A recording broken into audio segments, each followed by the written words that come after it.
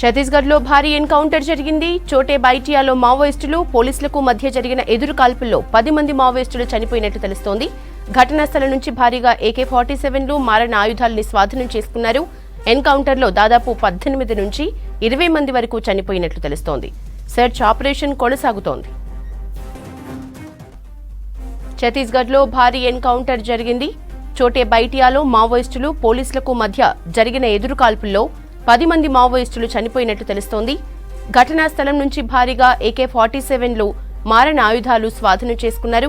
ఎన్కౌంటర్లో దాదాపు 18 నుంచి 20 మంది వరకు చనిపోయినట్లు తెలుస్తోంది. సెర్చ్ ఆపరేషన్ కొనసాగుతోంది. ఛత్తీస్గఢ్లో భారీ ఎన్కౌంటర్ జరిగింది. చోటే బైటియాలో మావోయిస్టులు పోలీసులకు మధ్య జరిగిన ఎదురు కాల్పుల్లో 10 మంది మావోయిస్టులు చనిపోయినట్లు తెలుస్తోంది. ఘటనా స్థలం నుంచి భారీగా AK-47లు మారణ ఆయుధాలు స్వాధీనం చేసుకున్నారు. ఎన్కౌంటర్లో దాదాపు 18 నుంచి 20 మంది వరకు చనిపోయినట్లు తెలుస్తోంది. సెర్చ్ ఆపరేషన్ కొనసాగుతోంది. ఛత్తీస్గఢ్లో భారీ ఎన్కౌంటర్ జరిగింది. చోటే బైటియాలో మావోయిస్టులు పోలీసులకు మధ్య జరిగిన ఎదురు కాల్పుల్లో 10 మంది మావోయిస్టులు చనిపోయినట్లు తెలుస్తోంది. ఘటనా స్థలం నుంచి భారీగా AK-47లు మారణ ఆయుధాలని స్వాధీనం చేసుకున్నారు. ఎన్కౌంటర్లో దాదాపు 18 నుంచి 20 మంది వరకు చనిపోయినట్లు తెలుస్తోంది. సెర్చ్ ఆపరేషన్ కొనసాగుతోంది.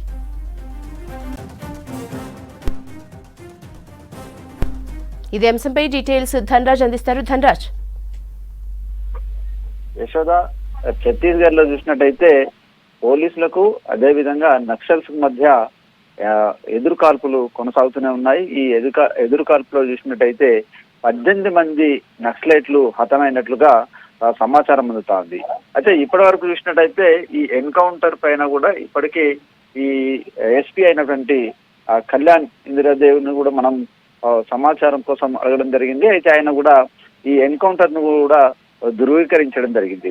అయితే మనం ఇటీవల చూసినట్టయితే ఈ గత వారం రోజుల క్రితం జరిగినటువంటి నక్సల్స్ చూసినట్టయితే ఈ బీజాపూర్ లో జరిగినటువంటి ఎన్కౌంటర్ లో పెద్ద ఎత్తున కూడా నక్సల్స్ అక్కడ హతమవడం జరిగింది. ఆ తర్వాత కూడా వరుసగా చూసినట్టయితే ఈ ఒక బస్తరు, ఉత్తర బస్తర్ కావచ్చు, అదేవిధంగా దక్షిణ్ బస్తర్ సంబంధించినటువంటి జిల్లాలలో పెద్ద ఎత్తున, అంటే ఒకవైపున లోక్సభ ఎన్నికలు ఉన్నటువంటి క్రమంలోనే మరోవైపున పెద్ద ఎత్తున ఇటు పోలీసు పారామిలిటరీ బలగాలు, అదేవిధంగా అక్కడ రీజియన్ సంబంధించినటువంటి పోలీసు బలగాలతోటి కూడా ఈ నక్సల్స్ ఏరివేతకు ఆపరేషన్ కొనసాగిస్తూనే ఉన్నారు.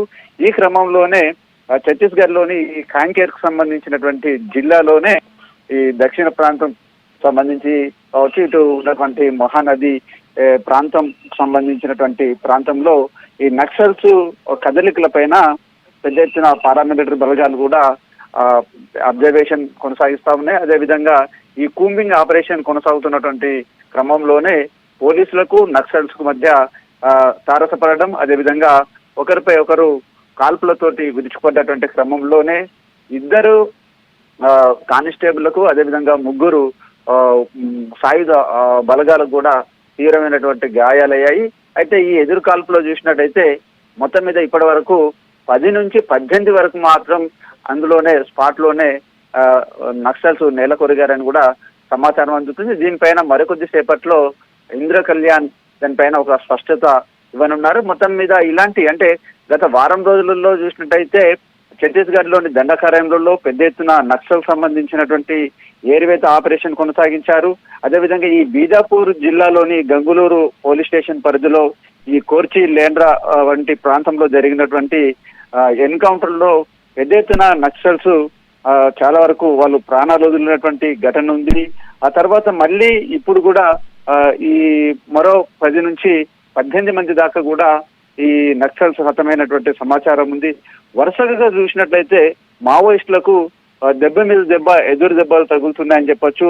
అంతేకాకుండా వారి దగ్గర ఉన్నటువంటి ఆయుధ సంపత్తి చూసినట్టయితే, అంటే లేటెస్ట్ టెక్నాలజీ చెందినటువంటి ఇన్సాస్ వంటి భారీ గన్స్, అదేవిధంగా ఈ AK-47 లాంటి తుపాకులన్నీ కూడా మొత్తం ఈ పోలీసులు కూడా స్వాధీనం చేసుకోవడం, అంతేకాకుండా వారి దగ్గర ఉన్నటువంటి పూర్తి, అంటే సమాచారం కావచ్చు, మావోయిస్టులకు సంబంధించినటువంటి డంప్ కావచ్చు, ఇలా వరుసగా వాళ్ళు ఆయుధ సంపత్తి కోల్పోవడం, అదేవిధంగా ఛత్తీస్గఢ్ లాంటి బీజాపూరు, ఈ కాంకేర్ జిల్లాలలో పెద్ద ఎత్తున నక్సల్స్ ఆపరేషన్ లో వరుసగా కూడా వీళ్ళంతా కూడా ప్రాణాలు కోల్పోతున్నటువంటి ఘటనతోటి ఒకసారిగా ఛత్తీస్గఢ్ దండకారణ్యంలో ప్రాంతం అంతా కూడా చాలా వరకు దద్దరిల్లిపోతుంది.